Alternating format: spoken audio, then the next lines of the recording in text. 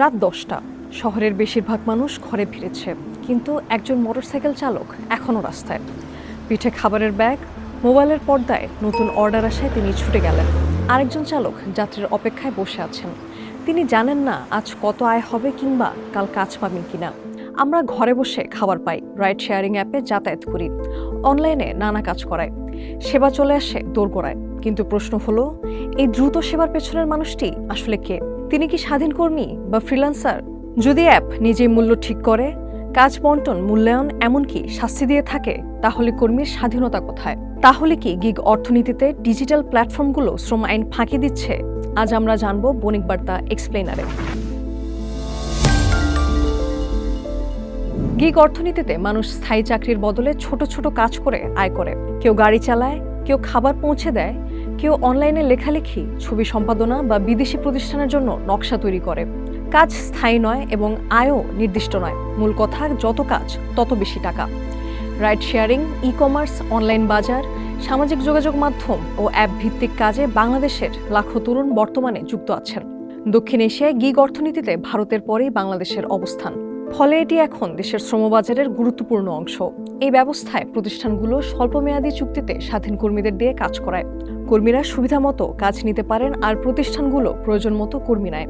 এতে বেকার তরুণদের কর্মসংস্থান হয়, শিক্ষার্থীরাও লেখাপড়ার পাশাপাশি আয় করতে পারে। অন্যদিকে প্রতিষ্ঠানের স্থায়ী কর্মী, অফিস, প্রশিক্ষণ ও দীর্ঘমেয়াদী বেতনের খরচ কমে। কিন্তু কর্মীরা আসলেই কতটা স্বাধীন? কাজের মূল্য, কাজ কার কাছে যাবে, গ্রাহকের মূল্যায়ন, কমিশন, প্রণোদনা, এমনকি হিসাব বন্ধের সিদ্ধান্ত অনেক সময় থাকে প্ল্যাটফর্মের হাতে। ফলে কর্মীকে পুরোপুরি স্বাধীন কর্মী বলা কঠিন। বিশ্বব্যাংকের নীতিপত্রে গিগ কাজকে স্বল্পমেয়াদী ও কাজভিত্তিক পারিশ্রমিকের বিনিময়ে শ্রম বলা হয়েছে। কাগজে কলমে স্বাধীন কর্মী বলা হলেও বাস্তবে যদি তাকে প্রতিষ্ঠানের কর্মচারীর মতো নিয়ন্ত্রণ করা হয়, তাহলে সে শ্রম আইন বা সামাজিক সুরক্ষার বাইরে পড়ে যায়। নিয়মিত বেতনভুক্ত কর্মচারী ন্যূনতম মজুরি, ছুটি, অসুস্থতার সুবিধা, দুর্ঘটনার ক্ষতিপূরণ, চাকরিচ্যুতির সুরক্ষা ও সামাজিক নিরাপত্তা পেতে পারেন। কিন্তু গিগ শ্রমিকের ক্ষেত্রে প্ল্যাটফর্ম দাবি করে তারা নিয়োগকর্তা নয়, তারা শুধু প্রযুক্তির মাধ্যমে সেবা যুক্ত করছে। ফলে নিয়মমাফিক শ্রম নেওয়া হয়, সেখান থেকে কমিশন কাটা হয়, কিন্তু নিরাপত্তার দায় প্রতিষ্ঠান নেয় না। বিশ্ব অর্থনৈতিক ফোরামের মতে গিগ অর্থনীতির বড় চ্যালেঞ্জ হলো স্বাধীনতা ও নিরাপত্তার ভারসাম্য নিশ্চিত করা। কর্মীরা নমনীয়তা পছন্দ করলেও আয় ও সুবিধা নিয়ে তাদের অসন্তোষ আছে। অসুস্থতা, দুর্ঘটনা বা হিসাব বন্ধ হলে যদি সুরক্ষা না থাকে, সেই স্বাধীনতা অসম্পূর্ণ। তাই বিশ্লেষকদের মতে গিগ কর্মীদের অধিকার, পারিশ্রমিক, আয় বন্টন ও মানসম্মত কর্মসংস্থান নিয়ে নীতিমালা দরকার। আইনে স্পষ্ট করতে হবে কে প্রকৃত স্বাধীন কর্মী আর কে প্ল্যাটফর্মের নিয়ন্ত্রণাধীন কর্মী। ন্যায্য পারিশ্রমিক, হিসাব বন্ধের বিরুদ্ধে আপিল, স্বচ্ছ মূল্যায়ন ও সামাজিক নিরাপত্তাও নিশ্চিত করতে হবে।